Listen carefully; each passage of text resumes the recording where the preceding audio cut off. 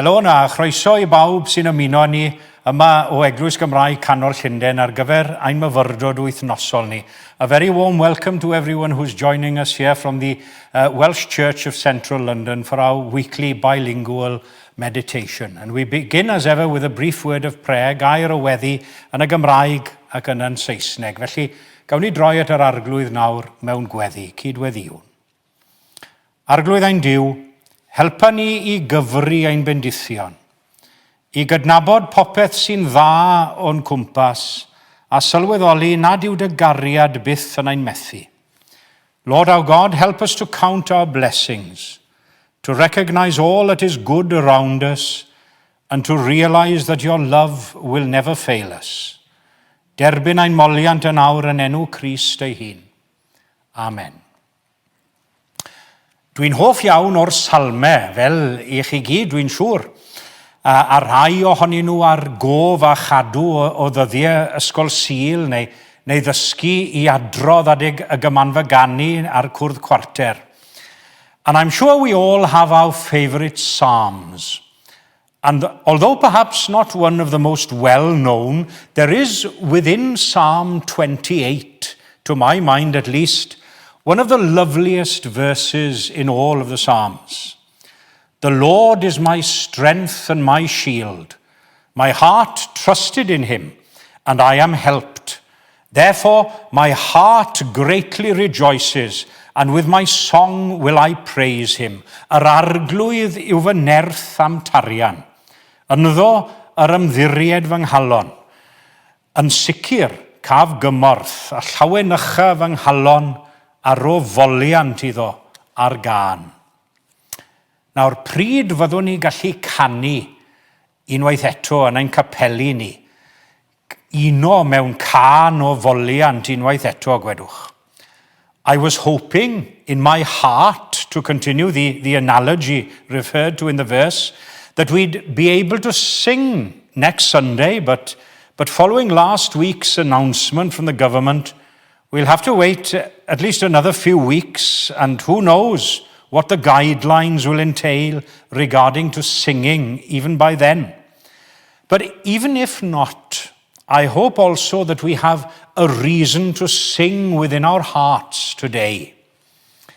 Efalle bod rai ohonoch chi yn dweud, wel, beth am y bobl hynny sy'n dioddef yn enbyd heddiw?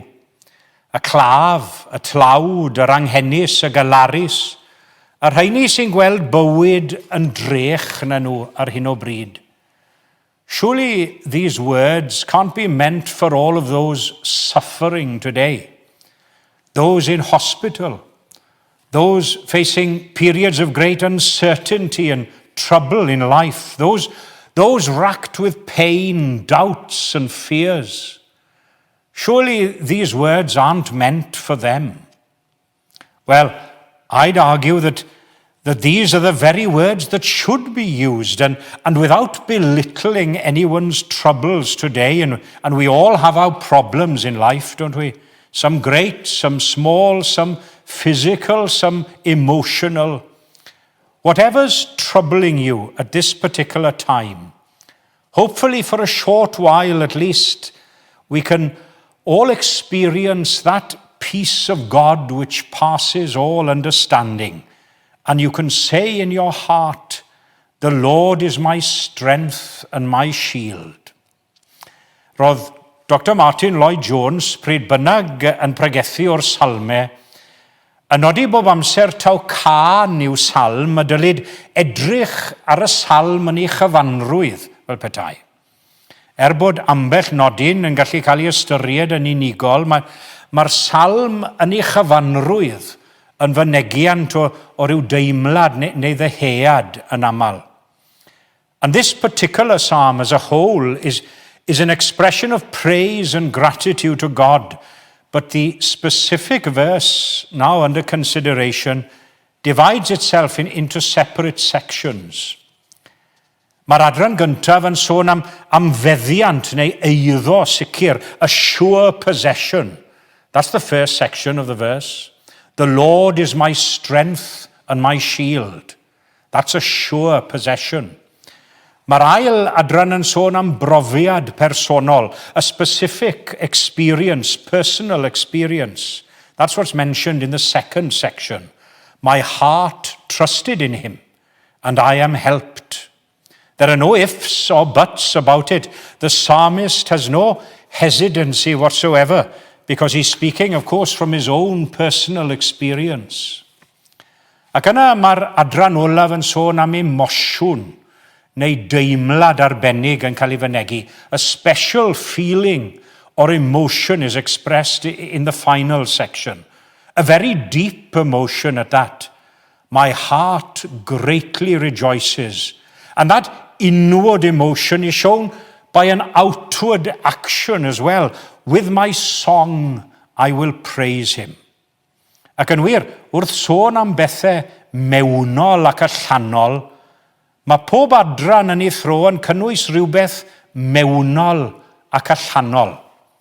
If we look in more detail, we see plainly that within this remarkable verse in Psalm 28, there's an inward and outward element contained in each section. The Lord is my strength, that's inward, and my shield, that's outward. My heart trusted in him, that's inward, and I am helped, that's outward. Therefore, my heart greatly rejoices. There we have inward again. And with my song, I will praise him. That's outward. Mae yna glwb enwog yn Llundain o'r enw The In and Out Club. Oedd arfer bod ar Piccadilly, ond bellach wedi ail-leoli ar St James's Square. And that's what we have here, an inward and outward experience of God in our lives. Felly, beth am i ni ddechrau gyda'r adran gyntaf, mae meddiant neu'r eiddo sicr yma. We begin with this sure possession. The Lord is my strength and my shield. There we have it, a great and powerful double grip for us at the outset. My strength and my shield. A two-headed grasp on the promises of God. During our midweek services on a Wednesday, which hopefully, by the way, will be recommencing in September, we studied the account of Jesus healing the woman who merely touched the hem of his garment. If the touch of his garment can produce such a miracle, just think what can happen when we have a firm grip with two hands, as it were, not only in the garment, but rather in the person of Jesus himself. Falle bod rai ohonoch chi yn gyndyn i gydio mor dyn, neu'n ofnus o wneud. Ceisiwch gyffwrdd gyda'ch bys yn unig i ddechrau a gweld beth sy'n bosib. Ond pidwch a bodloni gyda'ch hyfforddiad bys yn unig. Mentrwch arno, ymddiriedwch ynddo, rowch eich bywyd iddo fel sonion ni wythnos diwetha, ac fe welwch chi beth sy'n bosib wedyn. The psalmist notes a double blessing because he knows he also has a double need, as it were. That's why he takes a double grip. And notice how personal that grip is. The Lord is my strength and my shield. Consider for a moment if you took this personal element out of the verse and repeat it like this: the Lord is a strength and a shield. Well, yes, all well and good, a very nice thing to know. But what's that got to do with me personally? My personal comfort must come from the fact that the Lord is my strength and my shield. Os gallwn ni ddweud bod yr arglwydd yn nerth i ni oddi fewn i ni, mae modd i ni wynebu pob math o dreialon oddi allan i ni hefyd. Ydych chi'n dweud weithiau wrth edrych nôl dros ambell gyfnod neu ddigwyddiad anodd mewn bywyd, dwi ddim yn gwybod sut wnes i ymdopi neu ddod trwy'r sefyllfa yna, ond ges i nerth o rywle. I had the strength from somewhere. I hope that many of us can testify to the sentiments expressed in that famous story of the footprints in the sand, when only one pair of footprints were visible during the most troubled times of our lives. And it was then that God was carrying us, and we managed to carry on in his strength and his guidance. Sy'n farwen ni at yr ail adran o'r adnod am brofiad penodol, personol, a specific experience given in the second section of the verse. It's to be seen in these words, my heart trusted in him, and I am helped. And just as before, we have an inward and an outward experience. Another, yr ymddiried fy nghalon, dyna'r mewnol, yn sicr caf gymorth, dyna'r allanol. Do you know, there's nothing like believing in your heart, is there?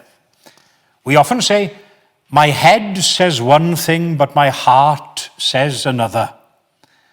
But when you have both your heart and your head in perfect agreement with each other, the mind just as assured and at peace with itself as the heart, then that's a blessed state to be in. Mae'n rhwydd mewn bywyd yn diwe, i ni ddechrau ymddiried yn ein calonau ni ein hunain. Ond mae hynny'n gallu bod yn beryglus iawn ar brydiau. Peidiwch ymddiried yn eich calon eich hunan, neu mewn calon unrhyw un arall chwaith. Gwell yw gobeithio yn yr arglwydd nag ymddiried mewn dyn, meddai salm arall. Cyfnewidiol ydyw dynion, chi'n cofio'r emyn? Cyfnewidiol ydyw dynion yn anffodus. A siomedig yw cyfeillion weithiau. Hwn a beri byth yn ffyddlon. Pwy fel e fe? Yes, my heart trusted in him.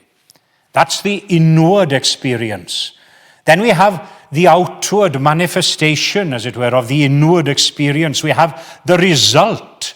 I am helped, yn sicr, caf gymorth. Mae'n gryfach o lawer yn y Gymraeg yn diwe. Yn sicr, caf gymorth. Mae'n rhoi sicrwydd a phendantrwydd i'r cyfan. I'm sure if we were writing this psalm, it would make more grammatical sense for us to write it like this. My heart trusted in him, and I was helped. We'd be keeping the same tense within the sentence. But remember, there's no past tense as far as God and faith is concerned, only the present. It doesn't say, I shall be helped either, because perhaps the help that we need the most hasn't arrived yet, or we haven't needed it yet. I am helped, that's enough for now and forever. A continual source of ever-present help and comfort in our lives. Felly, wedi ystyried y meddiant sicr yma ar profiad penodol, beth am i ni edrych am ychydig ar yr emosiwn neu'r teimlad arbennig sy'n cael ei fynegu yn y geiriau yma.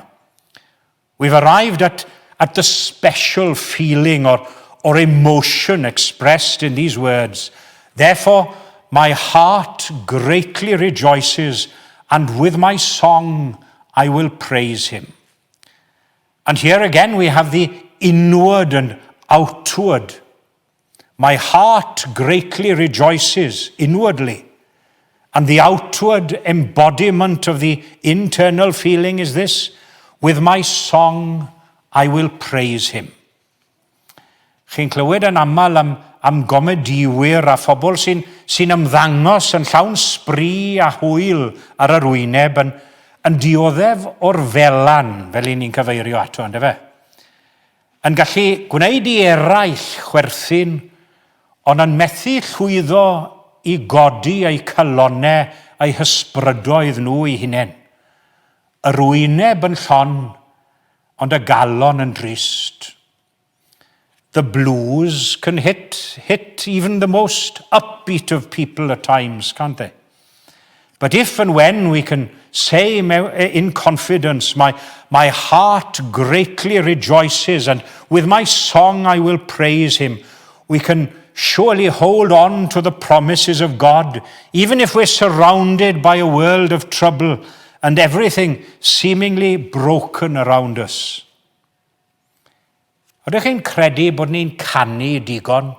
Ddim yn ddiweddar wrth reswm, ni ddim wedi cael cyfle i ganu. Roedd Evan Roberts, y diwygwr, yn meddwl bod llawer gormod o ganu yn mynd mlaen yn y diwygiad, a hynny ar drail y pregethu. Dwi ddim yn gwybod am hynny, ond i ni fel Cymru yn hoff iawn o ganu, ond i ni. Remember, we don't have to wait until a Sunday to sing a hymn of praise to God. Don't wait until you have other people around you. Don't wait until you have an audience to do so. Even in the quietude and solitude of your personal lives, break the silence. Break the silence and say, my heart greatly rejoices, and with my song I will praise the Lord. Rwy'n cofio canu emyn pan o'n i yn yr ysgol Sul. A lovely little chorus we used to sing in Sunday school. A chorus which was often included in the annual gymanfa ganu, although sung in English. It went like this. I have a song that Jesus gave me. It was sent from heaven above. There never was a sweeter melody. 'Tis the melody of love. In my heart there rings a melody. There rings a melody with heaven's harmony. In my heart there rings a melody. There rings a melody of love. Yes, a little twee and sentimental perhaps. But if you possess this melody in your hearts, let others know about it. Wrth fyw, wrth farw hyd yn oed, llawenycha fy nghalon a ro foliant iddo ar gân. A hynny gogoniant i'w enw. Amen.